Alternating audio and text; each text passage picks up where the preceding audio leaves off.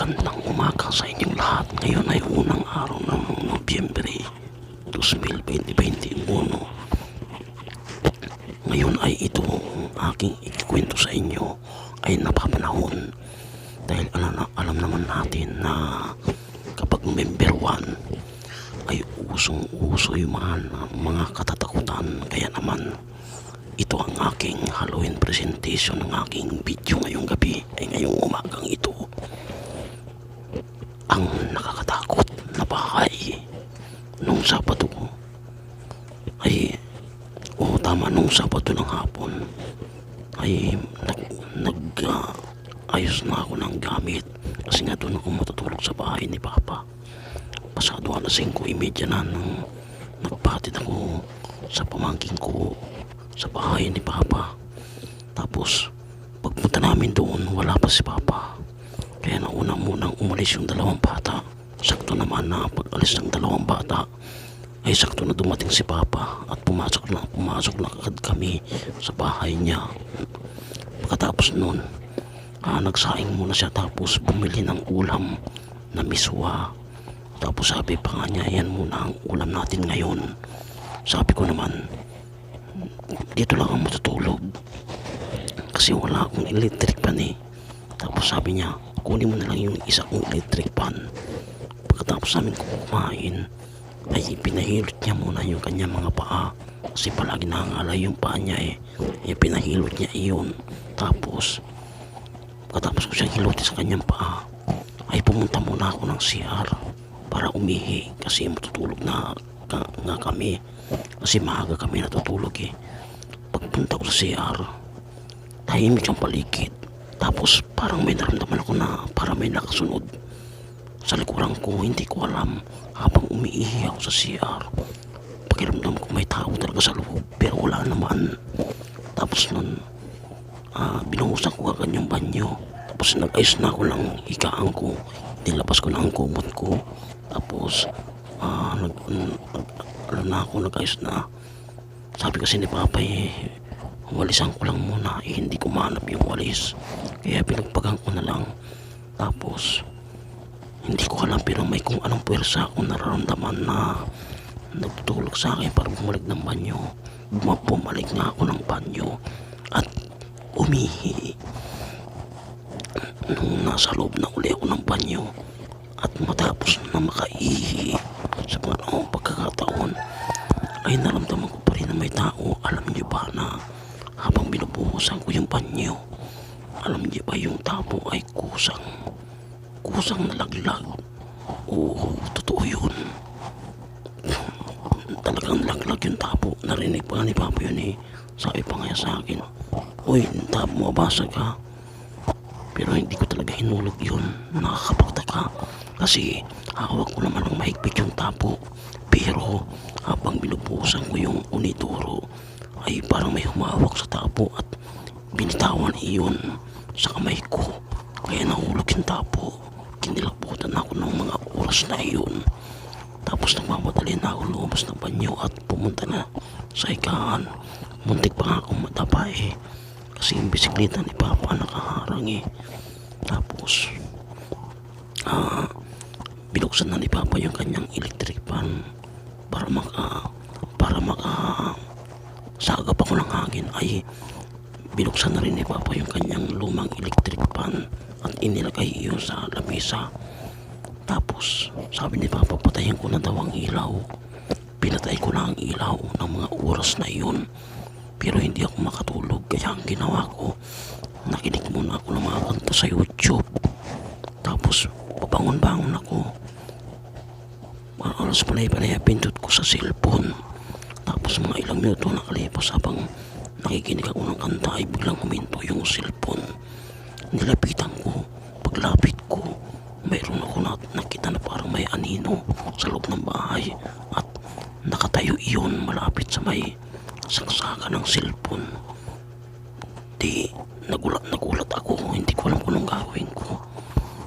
Tapos hinawakan ko yung cellphone ko. Bakit ayaw na tumugtog?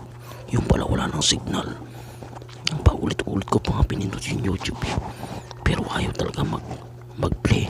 Wala na talagang signal. Kaya ang ginawa ko, pinatay ko yung cellphone at iniwan ko na naka-charge. Tapos humiga na ako.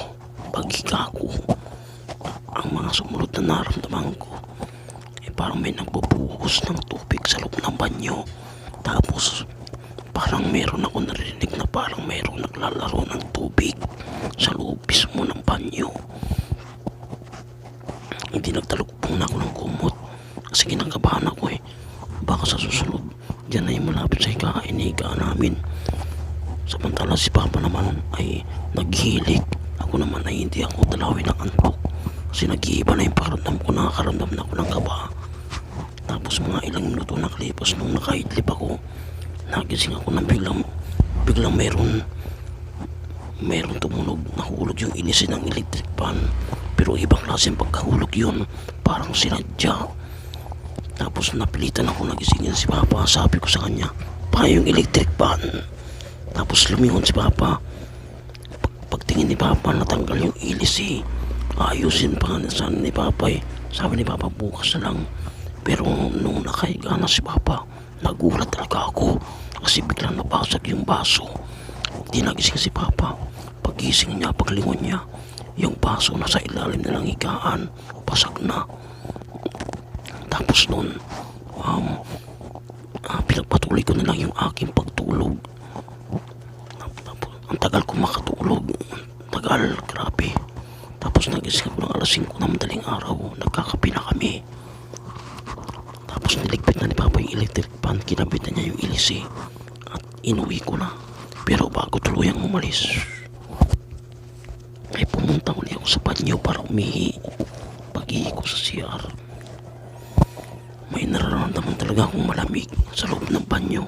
Kahit umaga na, para talagang may tao doon sa CR na iyon. At hindi na ako nagtagal. Pagkatapos kong buhusan ng CR, ay nagmamadali na akong kunin yung gamit ko. Sa sobrang pagmamadali ko, nasa labas na ako. Hindi ko na malayan na hindi ko pa palang dadala yung cellphone tsaka yung electric pan. Hindi bumalik ako. Sabi ko, ay, yung cellphone ko. Tapos yung electric pan, kinuha ko na yung cellphone ko habang nakapidyo. Tapos yung electric pan, pinulupot ko na rin yung kurton. Kasi sabi ni Papa, itali ko raw Tinali ko na yung kurton at nagmamadali na akong umalis sa bahay na iyon.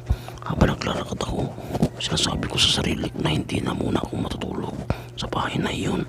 Dahil hanggang ngayon ay may nangyayari pa rin kakaiba sa bahay na iyon. Hindi ko alam. Siguro hindi lang napapansin ni Papa. Palibhasa si Papa ay maagang natutulog.